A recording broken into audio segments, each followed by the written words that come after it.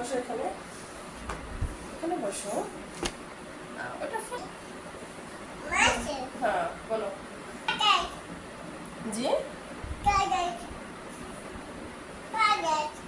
Tiger. কোথায় tiger? Tiger আমার।